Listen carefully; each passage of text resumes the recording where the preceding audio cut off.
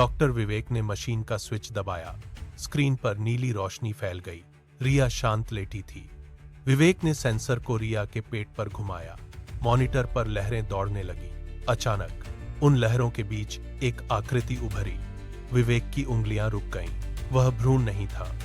Screen पर रवि का चेहरा था, जिसकी मौत को 3 महीने बीत चुके थे। आंखें खुली थीं, जैसे वह सीधे विवेक को देख रहा हो। विवेक के हाथ कांपने लगे। उसने मशीन की केबल को कसकर पकड़ा। कमरे की हवा अचानक भारी हो गई। विवेक पीछे हटा। उसकी पीठ दीवार से टकराई। ठंडी दीवार का स्पर्श उसे झकझोर गया। कमरे में घड़ी की टिक टिक के अलावा सन्नाटा पसर गया। स्क्रीन से ठंडी चमक निकल रही थी। विवेक ने अपनी सांसें रोकी। वह हिल नहीं पा रहा था। सामने स्क्रीन पर रवि का चेहरा स्थिर था। विवेक ने अपनी हथेलियों को रगड़ा, जैसे वह इस दृश्य को मिटाना चाहता हो, लेकिन छवि और भी स्पष्ट हो गई। रिया अभी भी गहरी नींद में थी। विवेक ने एक बार फिर स्क्रीन की ओर देखा। उसकी धड़कनें तेज हो गईं। विवेक की आंखों के सामने रवि का चेहरा घूम गया। 3 महीने पहले की वह रात, वह बारिश और वह चीख। रिया ने उस रात कांपते हुए कहा था कि रवि की मौत कोई हादसा नहीं, बल्कि एक सुनियोजित हत्या थी। विवेक ने अपना सिर झटककर उस याद को दूर करना चाहा, लेकिन स्क्रीन पर रवि के होंठ धीरे से हिले। तभी मशीन के स्पीकर से एक फटी हुई यांत्रिक आवाज गूंजी, यह बच्चा किसका है? विवेक। विवेक के कान सुन्न हो गए। उसने केबल को अपनी ओर खींचा। तार तने हुए थे। मशीन कांपने लगी। तुमने सब कुछ छिपाया था। वह आवाज फिर से गूंजी, इस बार और भी करीब। विवेक के माथे पर पसीने की बूंदें चमक उठीं। उसने पूरी ताकत से केबल को दीवार के सॉकेट से बाहर खींचने के लिए झटके दिए, लेकिन केबल मानो दीवार के साथ जुड़ गई थी। प्लास्टिक के जलने की गंध कमरे में फैल गई। विवेक की सांसें तेज हो गईं। मशीन की स्क्रीन अब लाल हो चुकी थी और रवि का चेहरा विकृत होकर स्क्रीन के कांच पर टकरा रहा था। विवेक ने चिल्लाते हुए केबल को पकड़कर झटके के साथ खींचा। उसके हाथ के पोर छिल गए, लेकिन मशीन की आवाज और तेज हो गई, जो अब पूरे कमरे में गूंज रही थी। जैसे ही विवेक ने अंतिम झटका दिया, अस्पताल की सारी बत्तियां एक साथ बुझ गईं। कमरा घने काले अंधेरे में डूब गया। मशीन की स्क्रीन का प्रकाश भी गायब हो गया। सन्नाटा इतना गहरा था कि विवेक को अपने दिल की धड़कनें सुनाई देने लगीं। तभी गलियारे से भारी जूतों की आहट आई। खट खट खट। वे कदम धीरे धीरे कमरे के दरवाजे की ओर बढ़ रहे थे। विवेक जम गया। उसने अपनी जेब से फोन निकाला और टॉर्च जलाई। रोशनी की पतली किरण कमरे के हर कोने में घूमी। बिस्तर, दीवारें, अलमारी, सब खाली थे।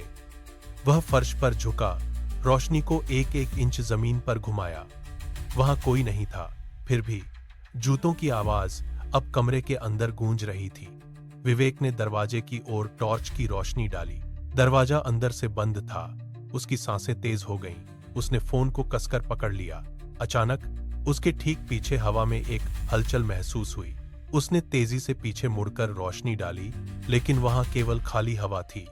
कमरे का तापमान अचानक गिर गया। विवेक ने दीवारों पर अपनी परछाई देखी, जो दीवार पर कांप रही थी। उसने दरवाजा खोलने के लिए हाथ बढ़ाया। तभी बत्तियां वापस जल उठीं।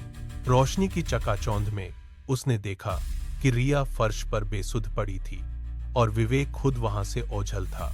अगली सुबह अस्पताल के गलियारे में सन्नाटा था। मॉर्चुरी के ठंडे कमरे में रोशनी धीमी थी। एक ट्रॉली पर विवेक का बेजान शरीर पड़ा था।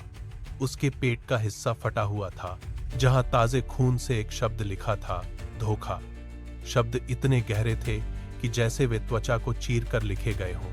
पास ही पड़ी अल्ट्रासाउंड मशीन अभी भी चालू थी। स्क्रीन की नीली रोशनी शव के चेहरे पर पड़ रही थी। मॉनिटर पर रवि का चेहरा अब स्थिर नहीं था। उसके होंठ खिंच गए थे और आंखें पूरी तरह खुली थीं। वह एक भयानक विजयी मुस्कान के साथ स्क्रीन से विवेक के शव को देख रहा था।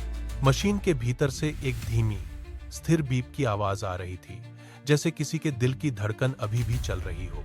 रवि की मुस्कान स्क्रीन की चमक में और भी विकृत हो गई थी। हर सेकंड के साथ वह चेहरा स्क्रीन के और करीब आ रहा था, मानो वह कांच को तोड़कर बाहर निकलना चाहता हो।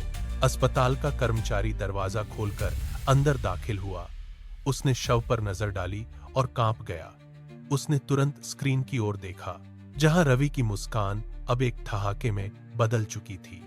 प्रतिशोध का चक्र पूरा हो चुका था और मॉर्चुरी की ठंडी हवा में केवल एक ही गूंज बाकी थी, रवि की खामोश, क्रूर हंसी। रिया की पलकें धीरे से झपकीं और वह बिना किसी घबराहट के बिस्तर से उठ बैठी। कमरे में अब भी रवि की मुस्कान स्क्रीन पर तैर रही थी। रिया ने एक बार भी उस शव की ओर नहीं देखा जो विवेक का था। उसने शांति से अपने हाथ की नसें सीधी की और मशीन की ओर बढ़ी। एक झटके में उसने पावर बटन दबा दिया। स्क्रीन काली हो गई।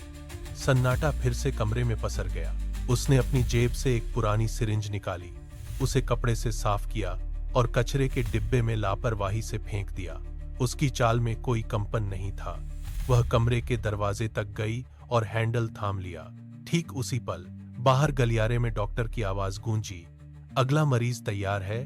रिया ने अपनी सांसें स्थिर कीं। उसने अपने पास रखे कपड़े को ठीक किया। उसके चेहरे पर एक हल्की, आत्मविश्वास भरी मुस्कान उभरी। उसने दरवाजा खोला और बाहर की रोशनी में कदम रख दिया।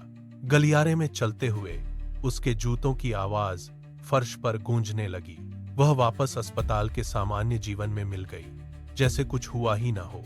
पीछे बंद कमरे में सन्नाटा था, लेकिन गलियारे में रिया के कदम अब भी आगे बढ़ रहे थे। अगला मरीज उसका इंतजार कर रहा था।